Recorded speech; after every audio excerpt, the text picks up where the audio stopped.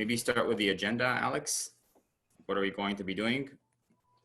Okay, so we're going to be doing a little hands-on workshop where I will walk you through an integration of GSN into a very primitive dapp. And after that, we'll have like a questions and answer session, I think, where you can follow on with our tutorial and add GSN to a project that we prepared.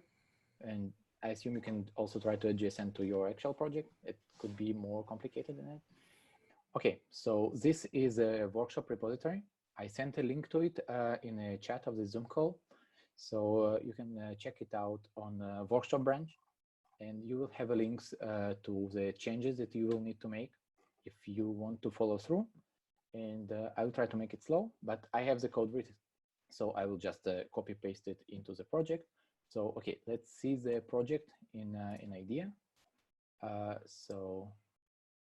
Okay, this one should not be here. Okay, so let's see the contract itself. So the original contract that we will be starting from, I hope you can see the text, is called capture the flag, and it only has one method, also called capture the flag, that sets a current holder of the flag to the sender, message sender of this method, and emits an event that is indicates that flag was captured from previous holder by the current holder. That is all the logic there is in this contract, and there is a very primitive UI. You will see it right now. So let's start this project. So first of all, I do yarn run ganache to start the ganache in the background, and I do yarn run start to compile and run the project. It's a small script that does a browserify on a contract, deploys it. Okay, so we are ready.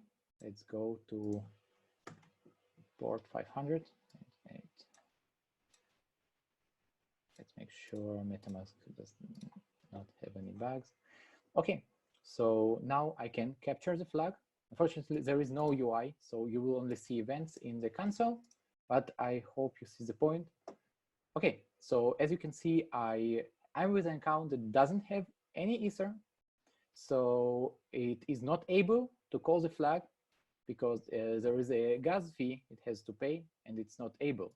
So I will have to do switch to an account that has Ether in order to even interact with my contract. Let's see if it works.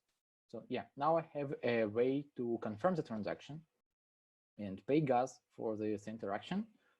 And the transaction was mined and the flag was captured in this event.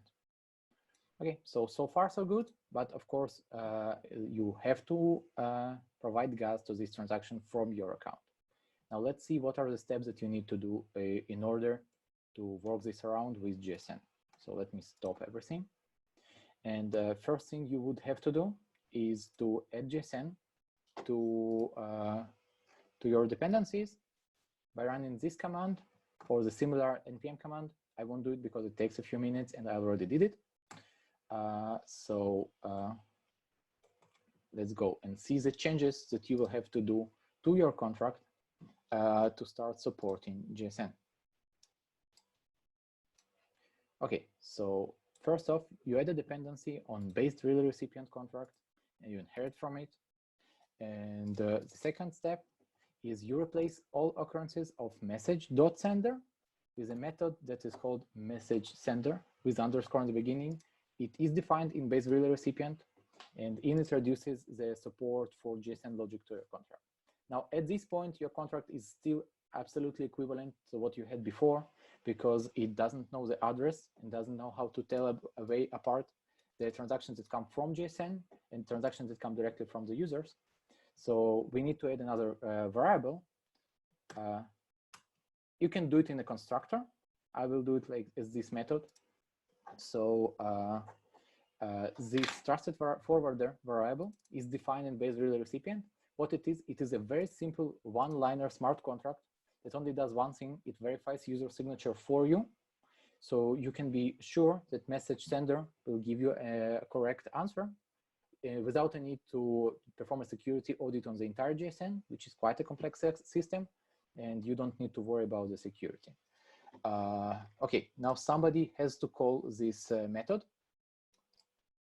I will just use truffle migrations because we are still using those. Okay, so what this script will do, it will read a file that GSN process creates when it initializes and read the address of the forwarder on your local deployment. It's a little bit different on a mainnet or testnet, and it will call set trusted forwarder on our contract. At this point, it should be good. Now, of course, like a command to start GSN right here to your package.json. JSON start initializes it on your local network. Now, the last step is you need to use a Web3 provider that is declared in our library, and you need to configure it correctly. So I will put this code here.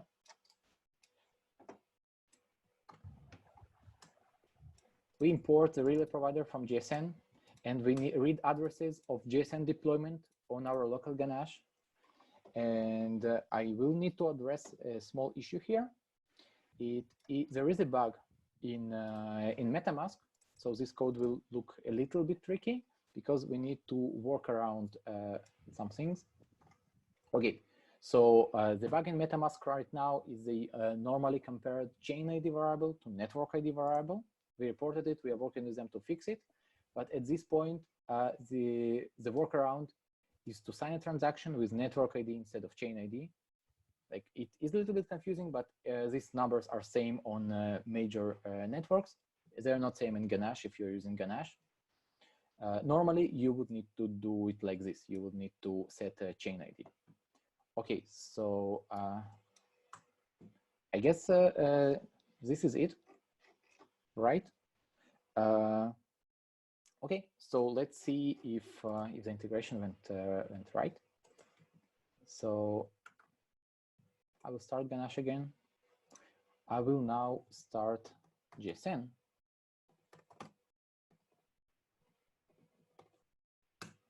On this Ganache. And I will start the server.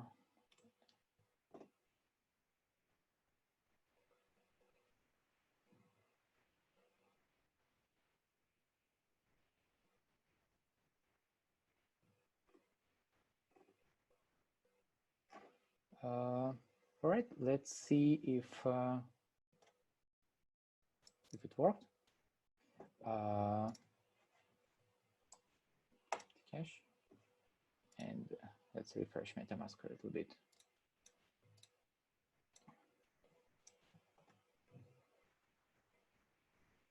Okay, let's see if it worked. Capture the flag. Okay, as you can see now, the MetaMask pop-up is not a pop-up to sign a transaction. Instead, it is a pop-up to sign type data. This is EAP 712 compatible structure. And target here is the address of your contract. Encoded function is, of course, a signature of the method. There are gas data parameters and some GSN internal specifics. So now let's sign this transaction and see if it worked.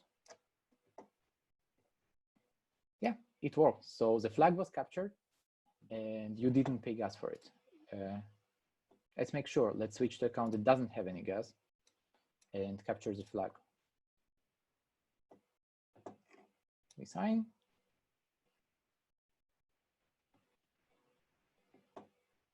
And flag was captured. Great. So if this user did not pay for its transaction, who paid for it? So in order to pay for users' transactions, we create a contract. We call it paymaster. This is a special kind of contract that defines the logic of who gets the transactions and who doesn't. It can implement accounting. It can charge people for the gas they use. It can be free. Let's add one to our project. By default, when you run Ganache JSN on a local Ganache, it is deployed with absolutely naive paymaster that pays for every transaction that is requested from him. Okay, so I will create the paymaster file and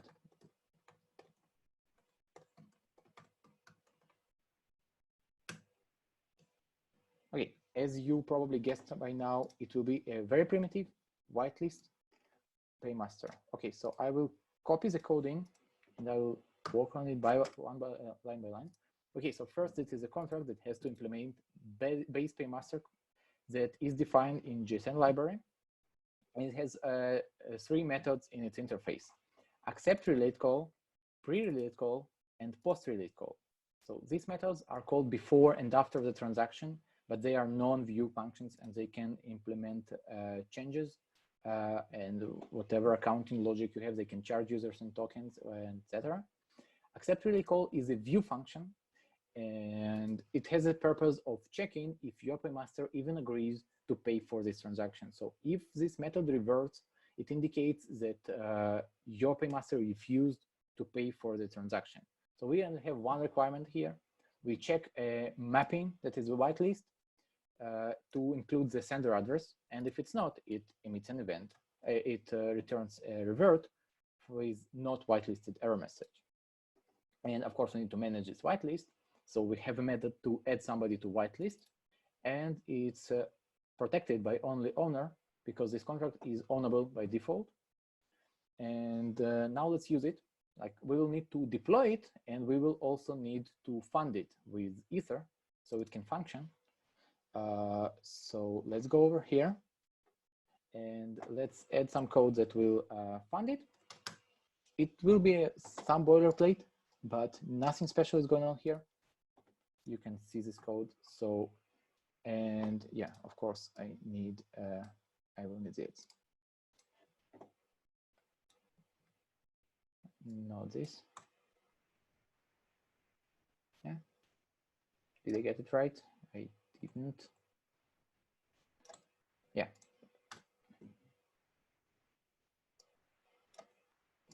Okay. That should be it, right? Let's try it. Now there is a little change that you need to make in the configuration of your GSN deployment here. So we used to read the paymaster address from the file. Now this is not the case because Truffle will be deploying our custom paymaster for us. So let's read it from an actual Truffle artifact, and let's provide it to our GSN configuration. That's it. And I think we are ready to go. Let me restart everything. Okay, so we start Ganesh. We start GSN. Okay, and we also start the server. Wait a second. We did not add anybody to the whitelist, so we won't be able to work. So let's add somebody to Truffle console, and okay, so we initialize the contract. Wasn't it? Yeah, it wasn't, because it's deployed from here.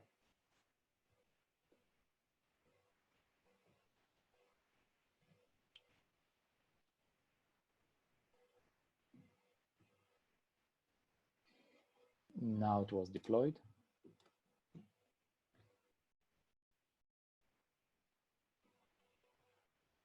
Now let's try to set somebody to whitelist.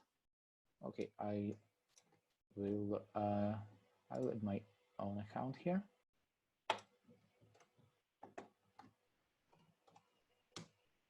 Okay, so it should be in the whitelist by now. Let's refresh the page and let's refresh MetaMask for a second.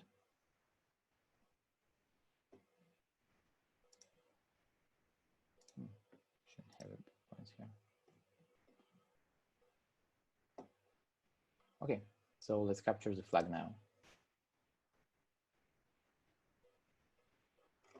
Sign. And flag was captured. Let's see what happens if I use account that I did not whitelist. So I capture the flag. GSN has no way to tell that this address was not whitelisted yet. So it will ask you to sign a transaction. But when you do sign it, you will get an error. The transaction will be reverted and rejected. And you can see an error here, can relay failed, not whitelisted. So this is how you can reject transactions and you can accept GSN transactions. And this is all you had to do to actually integrate meta transaction with GSN to your dapp. Was Alex's presentation clear? Does anyone have questions? I just have one remark about the presentation. Just to clarify, you don't have to, like, the minimum you have to integrate in order for GSN to work for you is what Alex showed before the paymaster. If you need a more nuanced charge calculation from the users, then you would need a custom paymaster. But this is generally not necessarily is the case with your dapp. Basic integration does not require you to roll your own paymaster. And on testnet, we are providing public service paymasters that pay for everything. You know, Ether doesn't really cost money, so it works nicely for demo purposes. But of course, for mainnet, you will want someone paying for the gas, and that can be the user paying in their own tokens. We're going to be deploying an autonomous token paymaster, so users that have token, for example, DAI, or any token that can be exchanged for ETH on Uniswap, they will be able to pay for the interaction with your dapp in those tokens. So if your dapp has tokens, native tokens, and you can add support for exchanging them to ETH on Uniswap, then maybe that works, maybe that's enough. But you could implement any logic, like Alex mentioned. It's really up to you. We're going to be upgrading the example paymaster. So there's another paymaster on testnet that also requires you to the user to calculate a hash cache to slow down gas depletion attacks, griefing attacks against the paymaster. Someone just, you know, runs a script that does many transactions to deplete the paymaster as fast as possible. On testnet, it wouldn't really, I mean, it's no point other than griefing, but we would still want to slow even that down and show how you could slow something like that down on mainnet as well. We're also going to be developing and deploying example paymasters on testnet that require users that to pass a CAPTCHA, and then once they've done that, then the paymaster will agree to subsidize their gas fees. So this is something you could use to slow down griefing attacks on mainnet and still onboard anonymous users who don't have any tokens. And there is a lot of room for creativity. You can have a situation where your dapp subscribes to a gas as a service provider, and then you're whitelisted into their paymasters, or a wallet. A wallet could subsidize gas, or, you know, essentially pay the gas in ETH and charge their users in credit cards, and then the wallet would have a paymaster. Maybe there's even an interaction between the wallet's paymaster and some other. It's you can get creative, because essentially this is arbitrary logic that can be implemented. So does anyone have any questions so far? Hi, thanks for the presentation so far. It's great. I have a quick question. Can you review a little bit about that workaround that you mentioned with regards to the chain ID versus the network ID? I think maybe I ran into some issues with this, but it went a little fast when you were talking about what needs to be done there. Yeah, so we use EIP 712, which defines a format for you to sign on a message that it doesn't look like a hex string, but instead it looks like a pretty table that you saw. And in MetaMask implementation, like when you pass a chain ID, and you have to pass a chain ID by the EIP, they will actually compare it to network ID of your current network and raise an exception if it doesn't match, which is obviously a bug, but they probably never encountered it because they only support like mainnet and Koban, where this is the same value, but it's not the same value in Ethereum Classic, Ganache, and many other networks. So we have to work it around, and we need to work with MetaMask to resolve it on a mainnet. Got it, thanks. The other question that I had was maybe some more information about how to, from the front end or any kind of JavaScript interacting with a contract that is using GSN, if that makes sense, like how to call into it from the front end side. Okay, so you have two ways to do it. One is you can access directly the class that is called relay client, and it provides a GSN specific API. But we suggest the use of GSN provider. It's a special class that behaves exactly like Web3 provider, but intercepts two main methods, send transaction and get transaction, and replaces it with GSN logic. So when you do send transaction, instead of actually signing to your private key as a transaction and sending it, it will create an encoded structure that you saw and request a signature from you and look for a relay server on a relay hub contract and find the relay and send it to it. So the relay on his hand will broadcast this transaction and will also return a transaction to the user. So on your app's perspective, nothing has changed. It is compatible. If you are using Web3 or Ether.js, it should work as a substitute for Web3 provider. And that's the relay provider class? Yeah, relay provider. Got it. And how about if you're writing unit tests? So like say with truffle tests where you have injected Web3, how do you manage the signing so that you can send transactions through the GSN in a test environment? Okay, so we provide a helper for GSN. It's called start GSN, so you don't need to start GSN outside of your process. You can start GSN in before. It will create a server in process. It will return you a provider, writing tests, and it will close the connection after the test is run. So you will get the provider, and you can play with it, and you can use it as a provider on your contracts. Like Truffle, if you use Truffle tests, Truffle creates artifacts before your test suite is run. So you will need to replace the provider on your Truffle artifacts. Like you actually do like my contract.set provider, and you can give it a GSN provider. How do you get it to do the signing? Does it manage that automatically for you? Or like if you, like for example, if you're setting the from, argument in the contract call, does that just get managed automatically, or how does that work? Yeah, it makes a request to your underlying provider, your Web3 provider. Relay provider has an underlying provider that it uses for all other calls, including signing calls. And it also supports what we call ephemeral keys. So you can create an account right inside the relay provider in memory and use that key, or you can use underlying provider. So if you use a Truffle and Ganache and you use from that is an unlocked account in your Ganache, it will be signed by Ganache. Like the relay provider will build this type structure and will call is_sign type data on your underlying provider, receive it signed, and go on. So yeah, I think does it answer your question? I think so.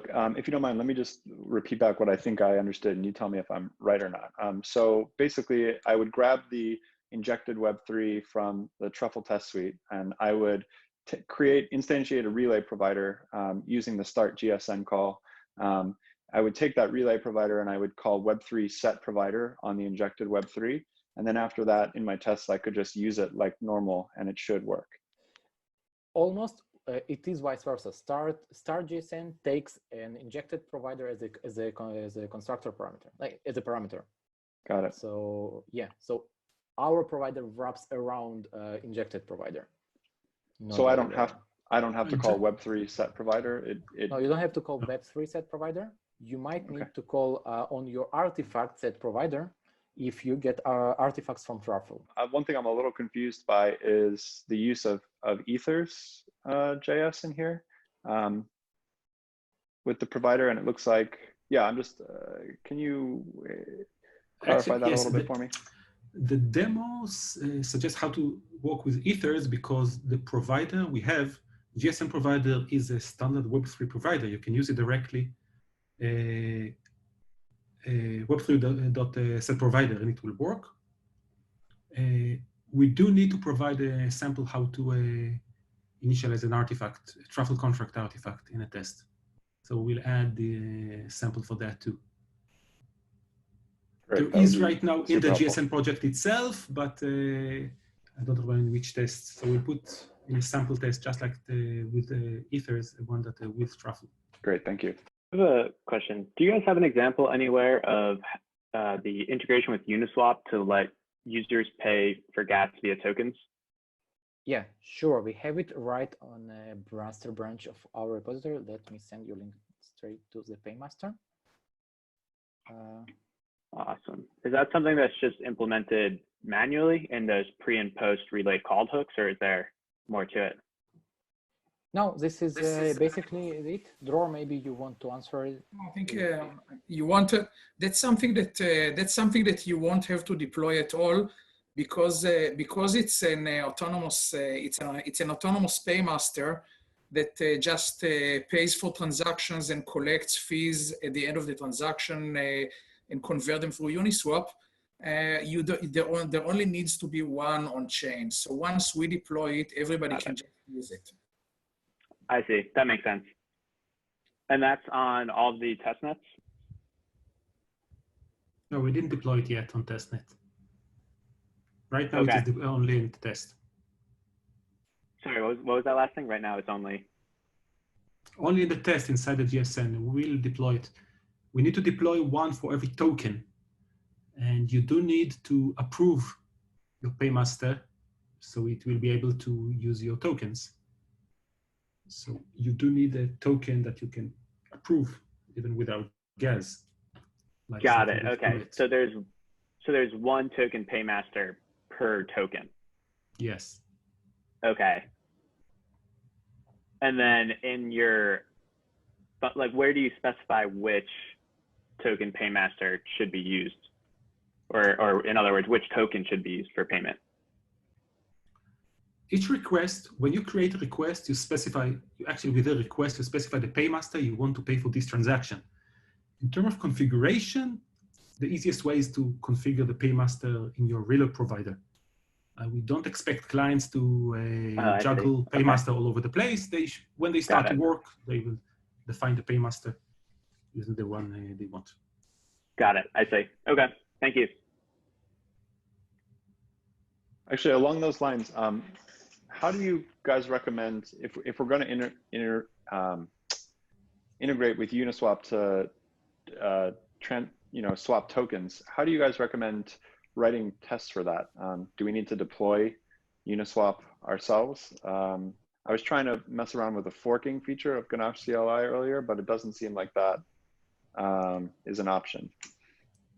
Yes, I wrote the forking is very limited. It doesn't expose messages, and the GSN relies on messages. What I did is I created the minimal Uniswap interface. It's not a real Uniswap. It doesn't do real liquidation, but it provides enough interface so you can write a test with this test token you are working with. That's how the test of test paymaster works. Got it. But it's So only just like Uniswap 1 right now. stubbing out some basic Uniswap functionality and then Yes. calling that. Okay, interesting. If you find a better way to fork, I'd be happy to use that. Yeah, I've frequently struggled with the Ganache fork feature. It's like, it's great when it works, but there's often issues with it, it seems. Can I ask you something? Yeah, sure. So is there a way to link directly the paymaster to the contract we are using base relay recipient in a way to avoid to whitelist the users?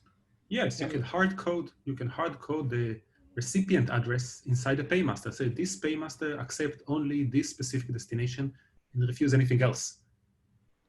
They can even be the same contract. Link to the function I want use GNS for, right? Not a function. You can say that the paymaster requires that the recipient contract will be this specific value. Not accepting requests to any recipient, but only to your specific recipient. It is possible to do it this way. And what about the trusted forwarder? We need like, it has to be set. Like in Kovan, I saw that there is already deployed trusted forwarder, but for the mainnet, there would be another one, or we need to specify a function to set the trusted forwarder. We don't expect trusted forwarder to change. They are static, so for any given network, it's going to be one value. Sure. If your code is only deployed on Kovan, theoretically you can hard code the address. We prefer to get it as constructor parameter or have a set forward helper method. Make sure it is protected enough, like by the owner or other ways. Yeah, set in the constructor during deployment. Yeah. Yes. And so I think if I got correctly from the demo, the fastest things would be like setting the trust forwarder and inheriting base relay recipients and changing the MSG sender with the function. And then also to write a paymaster and set like a whitelist or find a way to link to the functions, right? Yes. Okay, yes. I would try that. Just a couple of words about the paymaster. Like, okay, so first of all, this is a very natural way to do so, like what you said, which is whitelisting only a certain recipient. So if you are writing the paymaster, and we will obviously help any dapp that needs help with writing the paymaster, just have a certain recipient, which is your dapp, or even certain methods, like you just check the method sig, okay, the first 4 bytes of the encoded function. You can do all sorts of things like that. We actually had some implementations of paymasters that does exactly that. So if you need any customized paymaster, we will obviously help you integrate with your dapp needs. So okay, thanks. So I have another question. So after deploying the paymaster, we need to send some ether, some Kovan ether on the You need to send the ether. Ether is not stored on paymaster address. Yeah. Base paymaster actually implements the forwarding, so all ethers that goes into paymaster. Regarding the fallback function, we need to specify receive. Like you don't need, no, you just inherit it's implemented base in paymaster, a base, so base paymaster has a fallback function for you. Okay. It's so inside the paymaster. Okay, I will check. Yes. Okay. Now you can use the deposit method, but it's easier to send money into it. You can actually withdraw it. It's not something, as the owner of it, you can also pull it out, but not with a transfer. Then you need an API call to withdraw. Wait, sorry, I missed that a little bit. The base paymaster, it does something automatically when it receives ETH? The paymaster, the balance of a paymaster is not an ETH balance. It needs to put it into the relay hub to do the refunding or paying back to relays as a balance, which is kept in the relay hub. To make it easier to put such a deposit for a paymaster, you simply send ETH to the paymaster. This ETH is used only for paying gas. So the default function automatically move this ETH into a deposit on the relay hub. You send money into the paymaster, so it will be able to pay relays. This is the net effect. How would that be impacted if our contract is, the contract that will be our base paymaster is designed to hold an ETH balance for part of its functionality, not related to GSN? Okay, you can, if you want to do that, then what you need to do is override the receive function we created and don't use it, and use the deposit, relay hub deposit 2 instead. Just look at the implementation of the receive function, implement it in a different method. We added it so anyone can, you can actually open the meta coin, and if you like, you can send money into our paymaster to increase its balance. anyone can do it, send money. You just cannot read the balance because the balance is not staying there. Makes sense. So, and anyone can withdraw the, like only the owner can withdraw, but to any target, right? Yes, yes. Okay. And I'd already just seen the receive function that is virtual, so can be overridden. That's nice. Just one last question on the front end, because now the contract should be okay. So on the front end, if I got it right, we need to import like uses the OpenGSN, and then we need to use like a function when we call for methods, and right? Should be something like that. I haven't Again, seen like the function details, that what? Sorry? Can you specify the question? I did not understand. So on the front end, what would be the change from like a normal contract? We need to use some functions from the you need to have a provider provider. Okay. Is a relay provider. Okay. So it depends on what tool set you're using, but if you use Web3, then you need to set up Web3, yes. Ethers. So the place where you create a Ethers provider, you will need to replace it with the Web3 wrapper of GSN provider. Any other questions? Okay. In that case, let me share my screen. So this is a broad overview of the GSN. GSN version 2 has been decomposed into an assembly of components that work with each other. But you don't necessarily have to use all the components. It is feasible to use only part of them. To make this simple, you won't talk about complicated integrations or using things outside the best practices. Just what the happy flow looks like. So essentially, there are a few components. So one is the client code for your dapp running inside the browser. This is our GSN JavaScript client. This client code interacts with a meta transaction relay server that is being looked up.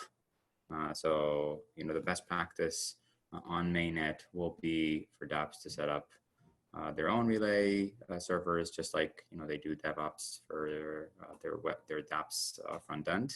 This is essentially just another part of their front end, and those are the preferred meta transaction relays that we try contacting first.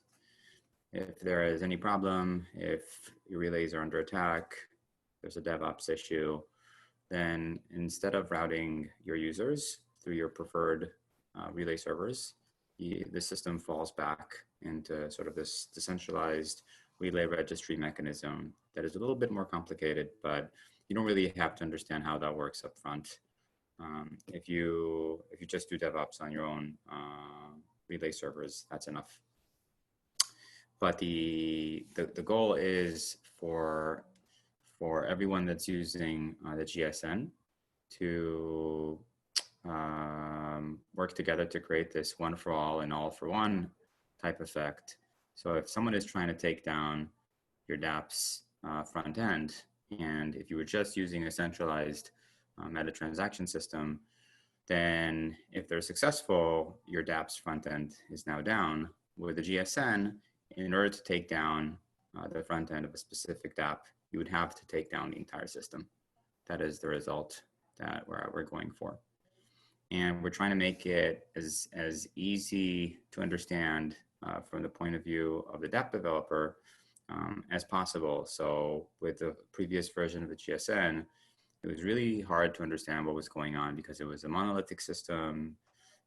There was mechanism design in the Relay Hub contract, and if you had a big team and you were like very, very insistent, then you could understand everything fully. There was EIP 1613, but a lot of people never got that far. And okay, this looks very complicated. So with GSN 2, you only have to trust a tiny trusted forwarder contract. which essentially just verifying the signature of the original signer and the nonce to prevent replays. That's it. So you don't have to understand what's going on in the other parts of the system, especially if you're doing your own DevOps for your own relay servers as part of setting up your front end. And it's a composable system. All the parts, they can talk to each other. So your UI could specify that it prefers to work with a specific paymaster, which you set up. And then your relay servers would be providing services at cost to this a paymaster that you set up.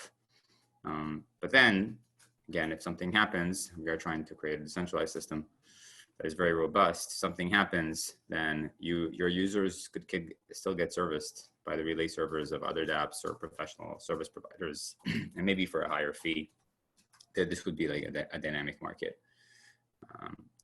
So at the basic level, your UI is generating a signed message. It passes this on to a relay server that is promising to provide it with service. It gets back a returned signed meta transaction, which is actually a legitimate Ethereum transaction. You could, for example, broadcast that yourself on chain. But you don't have to, because the relay server is promising to do that for you. And then this transaction, right before it gets signed, there's a view function called by the relay server to make sure that the paymaster will actually agree to refund it for the gas fees. And at that point, the relay server is signing the transaction, so it is paying for the gas. If you look at the message sender, then it looks like the relay server is the message sender, which is why we have to do this trusted forwarder contract bit. So what happens behind the scenes, our client appends the actual signer. So this is the client that signed the request. For example, if you're using MetaMask with an externally owned account, this will be the address of the externally owned account that signed the meta transaction. And we are appending that to your request. And then we're signing the whole thing. So, once the paymaster agrees, it will pay for it, and you don't even have to, the paymaster doesn't have to trust the relay servers, and the relay servers don't necessarily have to trust the paymaster. This is what the Relay Hub contract is for, but you don't even really have to understand why that's the case. You could, of course, and then transaction is passed into Relay Hub. From there, it's passed to the trusted forwarder contract that just does this very simple thing of verifying who originally signed the transaction. And then this gets to your dapp contract. Any place where you were previously called message sender, you replace that with underscore message sender call, which you get from the base class. And that's it. The message sender at that point will be the relay server that that signed the transaction. It's probably not what you want. You care about who the original user is, not which relay server they're using. And another view of this, sort of explain this from another angle. Let me get, this is another view. So essentially there's an application layer. This is your client is talking to the recipient contract. There's sort of this gas payment layer where you set up a paymaster or use a paymaster that's already been set up. And then there's a meta transaction layer where something happens behind the scenes. You don't have to understand all of it. And potentially, you could just use, for example, on testnet, we will be providing public service relays and public service paymasters. Just pay for everything to make things simple for demo purposes, right? So you can get started quickly. And that's basically it. Any other questions? All right. Thank you, everybody. It's been great having you all. And we're still available, of course, on our live support channel on Telegram. And happy to get any additional questions and follow-ups, and making sure that this works for you. So please let us know whatever issues you run into. We are here to help.